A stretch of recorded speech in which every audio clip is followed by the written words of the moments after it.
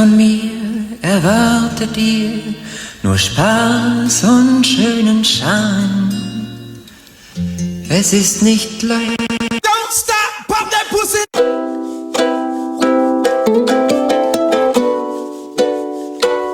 Buenos dias, guys, and welcome back to my channel Macho Martinez Oficial. Today we have a special video because today we're gonna talk about politics. It's gonna be Trump against Kamala Harris. Special election day coming up in a couple of days. We're gonna talk to a couple of people. What do they think about the situation? Who do they support? Who do they vote for, maybe? And how do they think it's gonna look like the future of the USA? I'm really excited, guys. Make sure to subscribe, like, and comment this video. And by the way, we're out here in Minnesota. Minnesota! Quite liberal and blue state, so that's why I already see like a lot of things, possible answers over here, but every state is different, so let's see. So first question is, who's running? First off, let's go over the main players in the race. On the Democratic side, we have Vice President Kamala Harris stepping up as a candidate, making a historic bid for the presidency.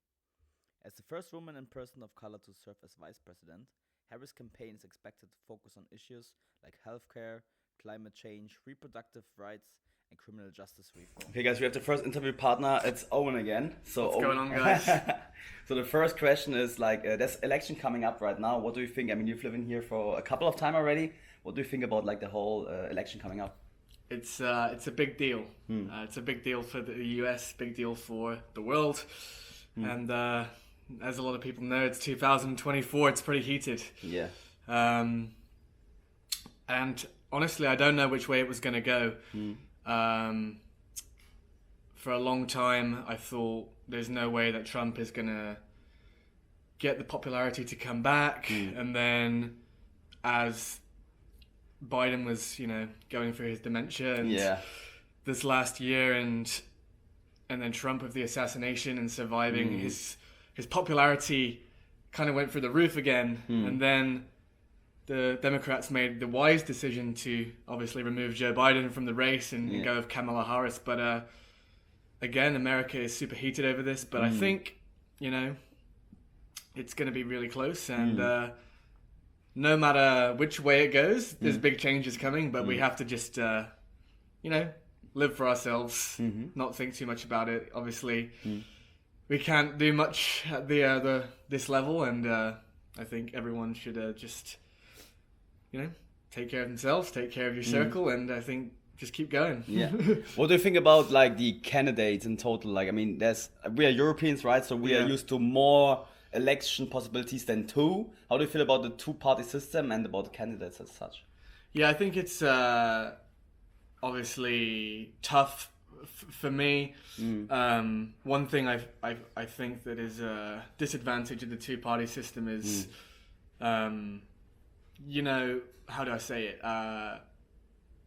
If you feel one way about a subject, you have to feel 100 ways about that same subject. Yeah. For example, like if you think that the Republican Party runs the economy better, and that's why you vote for them, you're already put into this category of like racist. You don't agree with women's rights. You love guns. Actually, that's and same thing on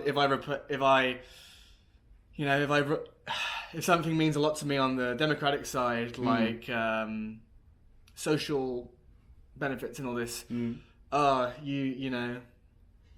love taking everybody's money, you love giving money to millions of immigrants, you want to see it's really hard with the two-party system to not fall into all these beliefs versus all the other ones. So I think just Americans just have your own views, but vote for what makes your life better. How do you feel like about the state of Minneapolis or Minnesota? Like, what do you think? Like, can you tell the people maybe what Minnesota is used to vote normally and like why so? Yeah, Minnesota is a very democratic state, and it has been for a really long time. Actually, the running mate, the vice president, is Tim Walz, so he's from Minnesota. So we're extra involved in the election this time because we have a Minnesotan guy right there with Harris, who will be the vice president if they win. But yeah, I actually, living in Minnesota for a long time now, you can see the benefits of the democratic system. We have great roads, we have great parks, we have great schools, we have great hospitals. So all this is good.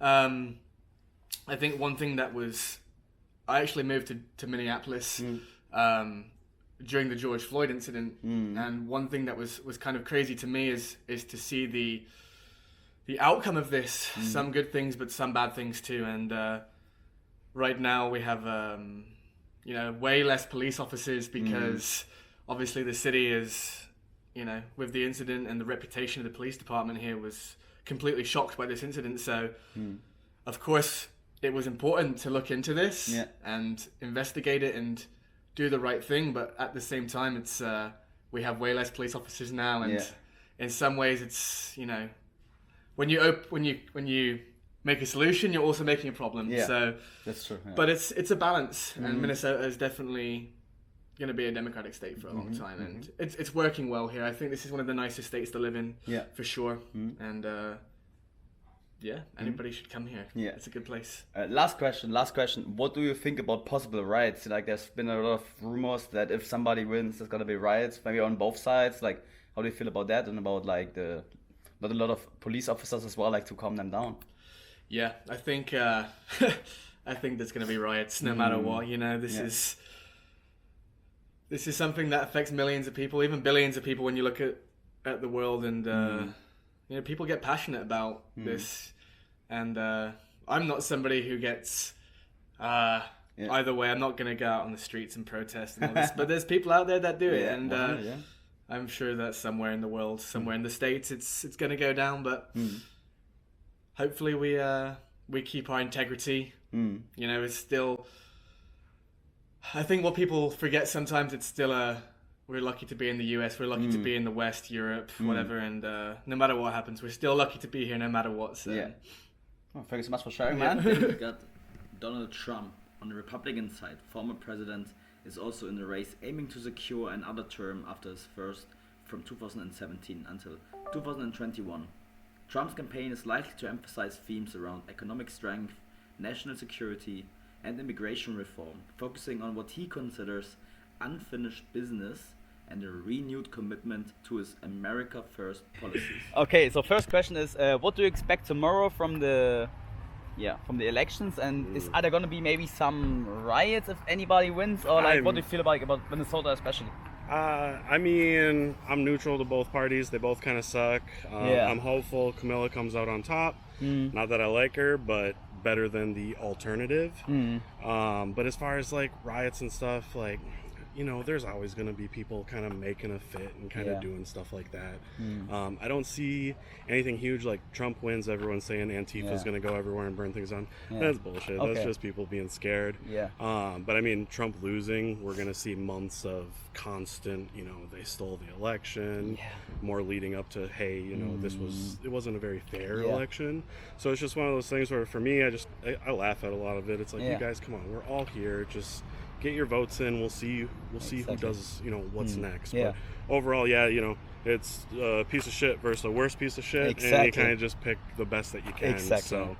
But it's also negating a little bit of democracy, right? Like, so if Trump says those elections were denied, that's like a little bit like anti-democratical, no? For sure. I mean, and everyone's all, fascist and stuff like that. But I mean, he definitely talks like it, and it's not very good. I mean, just be the leader and do your part. Like, if you don't win, concede. Like, just be the adult. We know he's not going to be, because it's hard for a man like that, born with a golden spoon on it, That's true. It's just, he's not an everyday American. I just don't see enough people connecting with him. My folks love him. I don't know why, but they love him. So it's just one of those things. But what do you think then about like the two-party system, and also like the amount of money that a president has to invest to getting into the campaign? That's the most sickening thing about it. I mean, the two-party system's been broken. It's never worked since I've been alive. Like, it's bullshit. Ranked choice would be much better, but then you'll never see another. You'll never really see a big competition there, because the populous area will just outrank kind of the urban areas. I'd love to see something change with it. I don't see it. Everyone here treats it like it's like a football team or like a sports team. It's not. These are supposed to be people making it better for us. Regarding all the money that goes into it, it's sickening. I mean, just Yeah. watching like football yesterday, like Yeah. how many ads were played for all these campaigns? All the time, how much yeah. money is that to put them on TV for 30 seconds when really you could put it something better to civilization? Yeah. You know, it's just why do we spend all this money on that type of stuff? It doesn't make sense Yeah, like to me. I personally have the feeling that it's sort of personal branding instead of like content. Yeah. They have more personal branding that actually things they do believe in and they actually do change. So Yeah, tough. it just sucks to see how much money we spend, not we, but how much money they spend to just get their name out there and Yeah. how much is run every election cycle.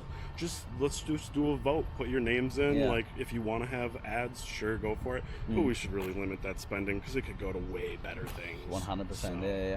What is one thing, if you would be president, what is one thing that you would work on? Also, like, obviously, after the whole COVID thing, like, there was a lot of economical debt.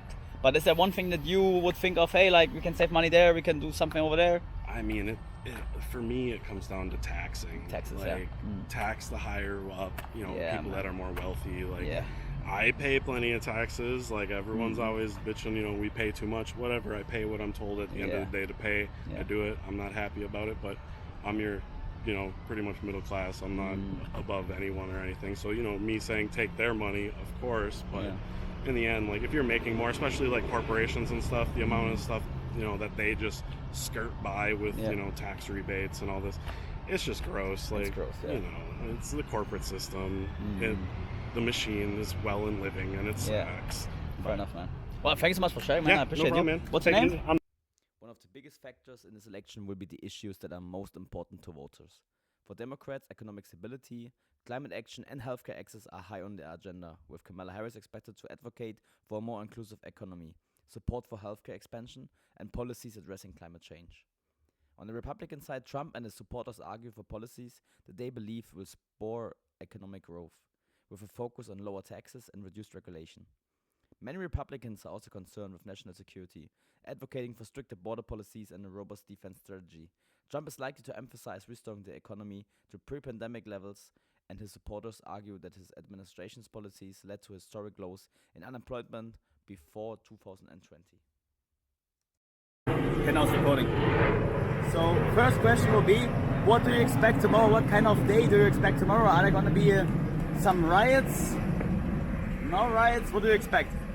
Boring answer, but for me, I expect a day just like any other. Yeah. I used to get invested in the election, without emotional, and this is the first election where I've really tried hard to not give a fuck. Yeah, fair enough, yeah. Even though everyone else is getting so polarized, I'm just working on my business, and Yeah. I have opinions. I often think that whoever wins, it's still like the establishment, Yeah. the military-industrial complex. I don't know how we can change that, but so I try not to get emotional in it.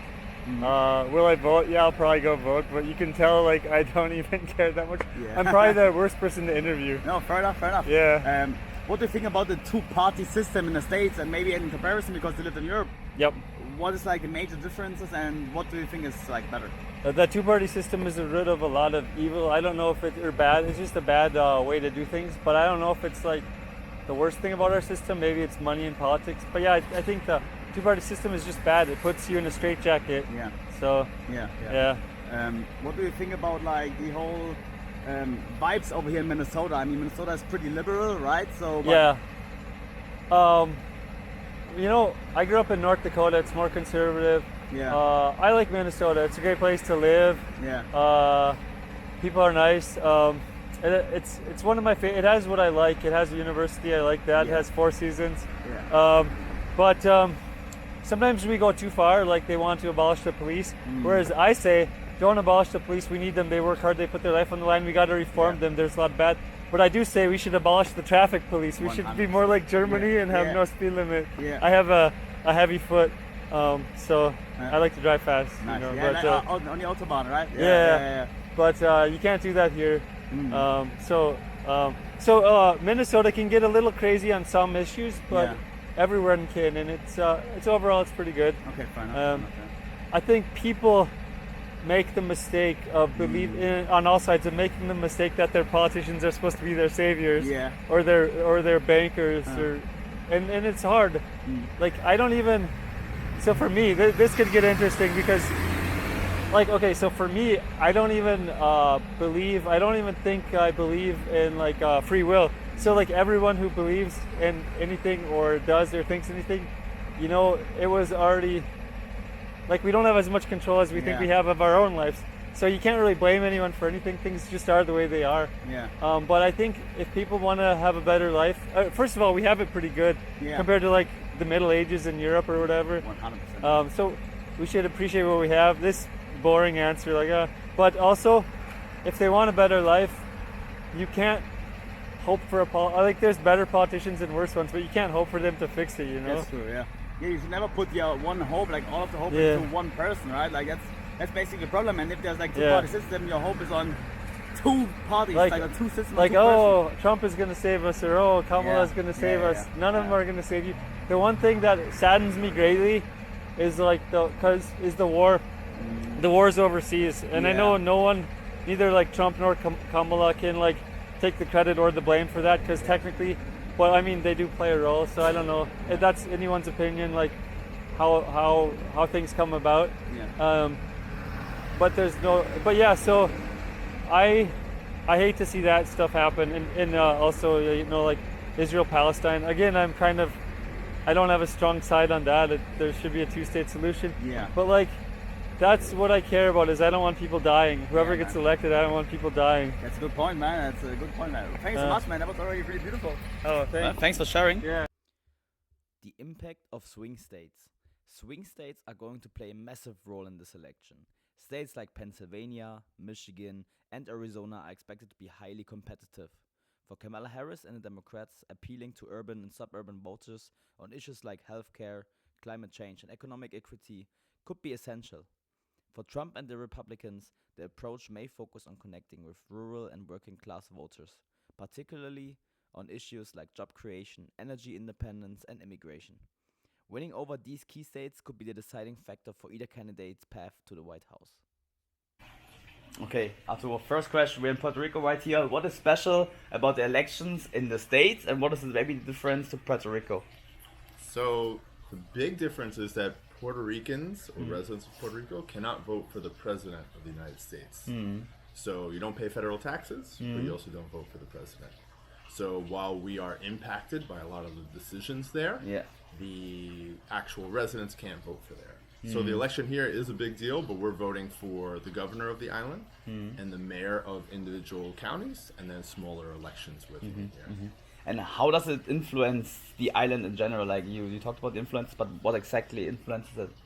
Well, laws passed at a federal level in the United States impact Puerto Ricans and have precedence here. And then there is currently an oversight board for the economy of Puerto Rico, which is a kind of U.S.-based oversight board.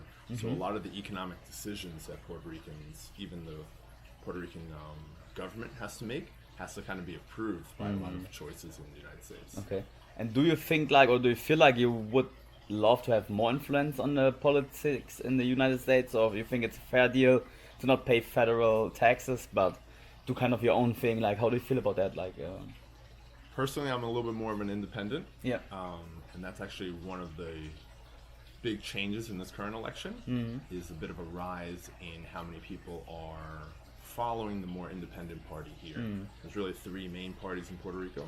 One is for the PIP, for independent. Then there's one party that really wants to stay as we are, which is a Commonwealth of the United States. And then the third party wants to become a state of the United States, wants to be closer relations. So yeah, I kind of would rather be a little bit more separated in that way. And how do you feel about the two-party system in the United States in general? Like, not taking part like Puerto Rico, but like the two-party systems. I mean, you lived in Europe, so you know how it can be in Germany, Austria, whatever. Like, how do you feel about it? I really wish that there was at least a dominant third party, and I kind of hoped, honestly, that Trump being Republican but having a big following but not so traditional Republican would be the opportunity for a third party to really have a more commanding impact that would leave a legacy in the United States of, hey, we have now a third party that has quite a bit of a following and can kind of mix up things in this. Right now, we've always been stuck in this two-party system. Yeah. And what about like the Libertarians? Isn't that like the third biggest party right now? Like, do you know about the percentages? Like, how much do the third and fourth party actually get in the States? Or do they actually don't Roughly, get like? but very small percentages. Kind of independents, libertarians. I would say in them something like 2-3% of the vote. Yeah. Some maybe smaller local elections. That's different. So there have been, I think, people elected to smaller positions from those parties. Yeah. But at the federal level, I think it's a very small percentage. Okay, and last question is, if you would become the president today, what would you change? What was the first thing that you would address as a president for the United States in general? That's a good question. I think it would be probably understanding and having a better handle on spending for the United States. I think some of the federal spending has definitely been left unchecked for a long time, so it's just kind of bloating or bloatware for a long period of time. That coupled with financial issues of the United States, I think both from healthcare and both from military spending have just exacerbated the problem. So I think that's something that you really have to look at from like a base level, like and rethink and restructure how we're spending at a federal level in the United States. Well, fair enough. Thanks for sharing, man. Yeah, no problem. Appreciate that. What issues are on voters' minds? Therefore, I was talking to a couple of people in the United States on the streets and with some people who lived here for a couple of time to find that out.